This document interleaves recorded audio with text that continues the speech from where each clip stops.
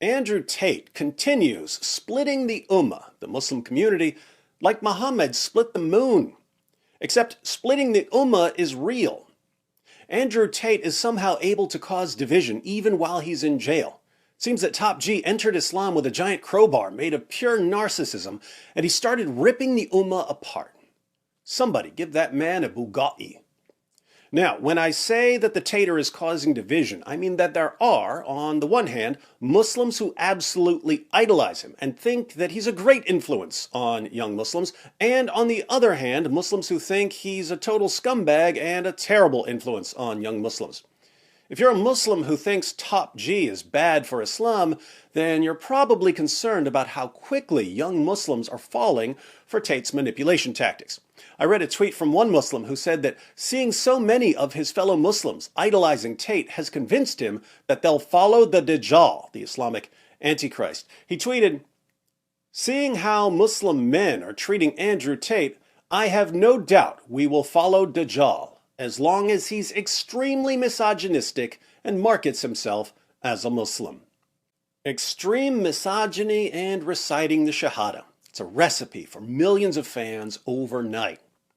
So, some Muslims who are concerned about Tate's influence are offering advice to young Muslims, trying to convince them to think twice before broadcasting their support for Tate and his views. One point I hadn't thought of, maybe because I have all sons and no daughters, comes from Asadullah Ali, who points out that these young Tate-supporting Muslims are eventually going to want to get married. These brainwashed tater tots are eventually going to have to meet some dads. Here's some advice from Asadullah. This was shared by Sajid Lipham on Twitter. "Let me be frank, as a father of a daughter. In the future, if any brother ever approached me to ask my daughter's hand in marriage, one of the first ways I'd vet them is by looking at their social media behavior." Not a bad idea. If I so much as see comments like, "Women age like milk," "Women are all stupid," "Women are inferior and slaves to men," and "Chad, simp, cuck, etc." on their timeline, I will automatically reject them as low-class filth, and I will tell it to his face before I kick his rectum out the door.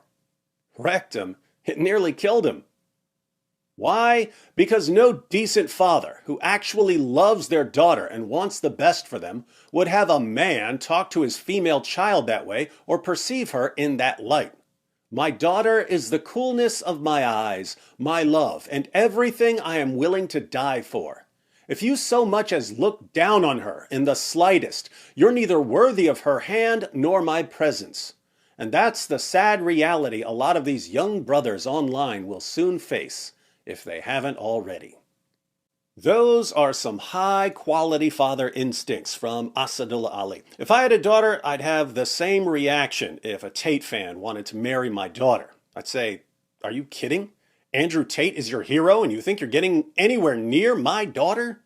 Let me introduce you to her older brothers, who now know what you look like."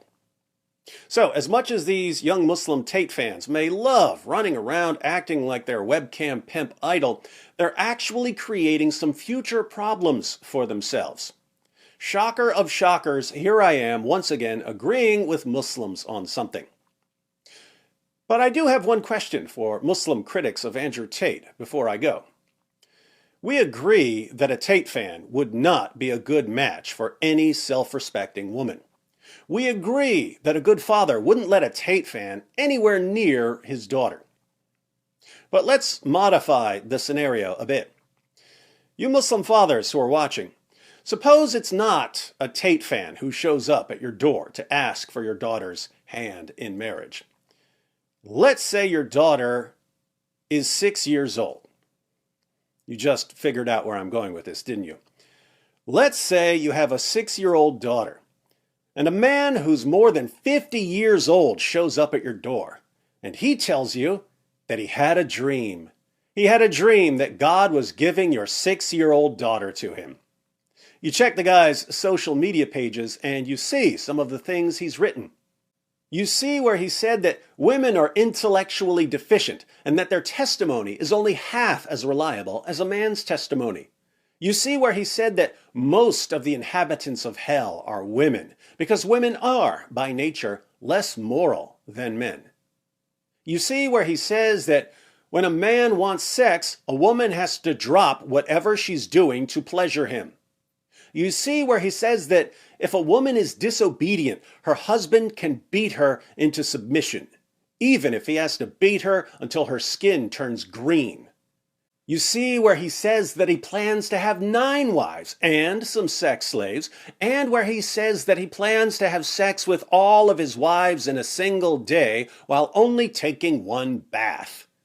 You see where he says that he wants your daughter to clean the never-ending supply of semen stains off his clothes.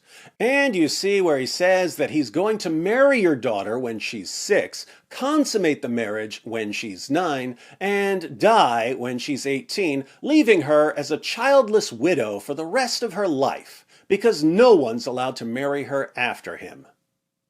To non-Muslims, this sounds like the worst husband imaginable.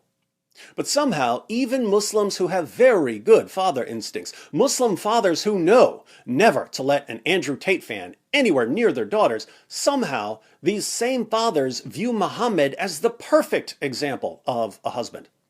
Muhammad would be their dream partner for their daughters, even though Muhammad is significantly creepier than the worst Andrew Tate fan on the planet. There's a reason Andrew Tate converted to Islam. Islam confirmed his views about women. So it's really, really strange to see Muslim fathers warning young men, you'd better not come around here if you think like Andrew Tate. If you want to marry my daughter, you need to think like Prophet Muhammad, who had the exact same views as Andrew Tate.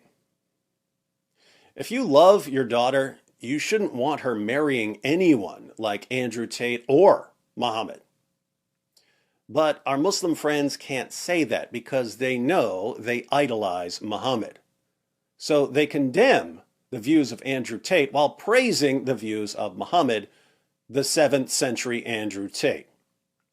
And that's why I don't see how the Muslim critics of Andrew Tate can win this one. Young Muslims are drawn to Andrew Tate because they realize that he's like Muhammad. How can Muslims like Asadullah Ali condemn Tate without condemning Muhammad? They can't. So they can't stop Tate's influence, which means that young Muslims will continue supporting Andrew Tate and that the Tater will continue dividing the Ummah. And if you have a problem with Top G dividing the Ummah, you must be an agent of the Matrix.